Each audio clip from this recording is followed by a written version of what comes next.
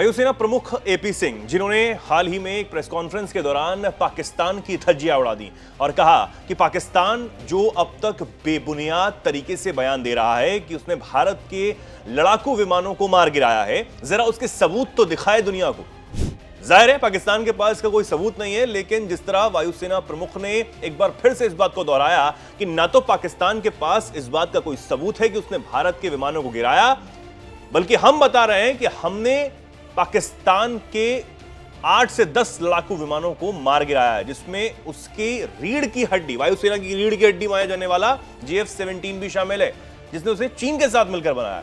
यह सब तो वायुसेना प्रमुख ने कहा ही, लेकिन इसी के साथ उन्होंने एलन मस्क को भी करारा जवाब दिया है। वही एलन मस्क जिनका ट्रंप के साथ कुछ विवाद इन दिनों चल रहा है, और वो बड़े बिजनेसमैन भी है, टेस्ला के मालिक हैं, आप सब जानते हैं उन्हें।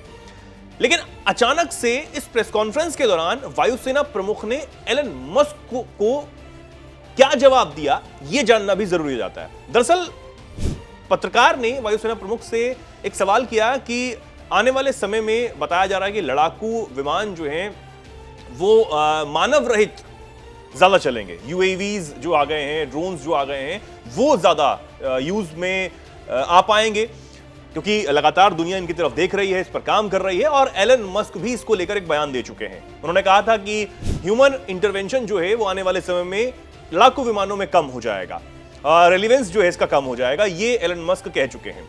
अब जब वायुसेना प्रमुख से इस सवाल का जवाब देने के लिए कहा गया, तो उन्होंने बेहद शानदार तरीके से इस सवाल का जवाब दिया। एलन मस्क को क्या कहा वो भी आप सुनिए। तो वायुसेना प्रमुख ने कहा कि दुनिया में इस समय 3 या 4 बड़े कार्यक्रम चल रहे हैं, जिन्हें वो छठी पीढ़ी के लड़ाकू विमान कह रहे हैं, जिन्हें गेड या अलग अलग नाम से किया जा रहा है। ये सब मानव युक्त हैं। तो असल में जैसा कि मैं देख सकता हूं, अभी इंसान का महत्व निकट भविष्य में, मैं सिर्फ 8-10 साल की बात नहीं कर रहा हूं, उसके भी आगे कम नहीं होने वाला है। हां, ज्यादा से ज्यादा ऑटोमेशन हो रहा है, ज्यादा से ज्यादा AI आ रहा है, अनमैन्ड सिस्टम भी होंगे, पर उन्हें मैन्ड सिस्टम के साथ काम करना होगा, या उन्हें इंसान ही कंट्रोल करेगा। कुछ भी आए, पर आने वाले कई सालों तक फाइटर पायलट की अहमियत कम नहीं होने वाली है। मस्क बिजनेसमैन है और अपना कारोबार चलाने के लिए इस तरह की बातें करते रहते हैं। वो इस बारे में ऐसी ही बातें करेंगे क्योंकि उन्हें अपना बिजनेस चलाना है। उनकी कारें, अब आप देखिए सड़कों पर कितनी कारें हैं।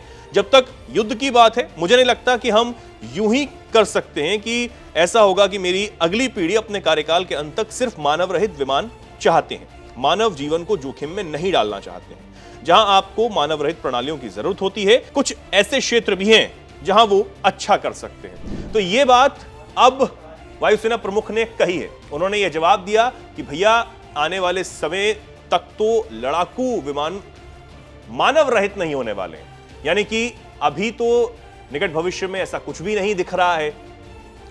अगर होता भी है, तब भी इंसान की जरूरत तो मशीन को चलाने के लिए होगी ही, कंट्रोल करने के लिए होगी ही। तो एक बहुत शानदार जवाब जो है वो वायुसेना प्रमुख ने दिया है, न सिर्फ एलन मस्क को, बल्कि तमाम जो लोग ये सोच रहे हैं कि आने वाले समय में, चाहे आप सेना के लिहाज से ले लीजिए, वायुसेना के लिहाज से ले लीजिए, कि जो लोग हैं, जो इंसान है, उसका अस्तित्व बेहद खत्म हो जाएगा मशीनों के आने से, या मशीनें, AI जो आकर मानव को रिप्लेस कर लेगा। तो ये कहीं ना कहीं उन्होंने जवाब दिया है। भाई AI और तमाम जो चीजें हैं उसको भी तो इंसान नहीं बनाया है, अगर उसमें गड़बड़ी आती है, कुछ भी बदलाव अगर करना होगा तो भी इंसान की जरूरत ही होगी। ये वायुसेना प्रमुख ने यहां पर कहा है। फिलहाल आप इस पर क्या कुछ सोचते हैं, क्या कुछ कहना चाहते हैं, कमेंट सेक्शन में जरूर अपनी बात को रखें, और ऐसे ही जुड़े रहें, देखते रहें दैनिक जागरण।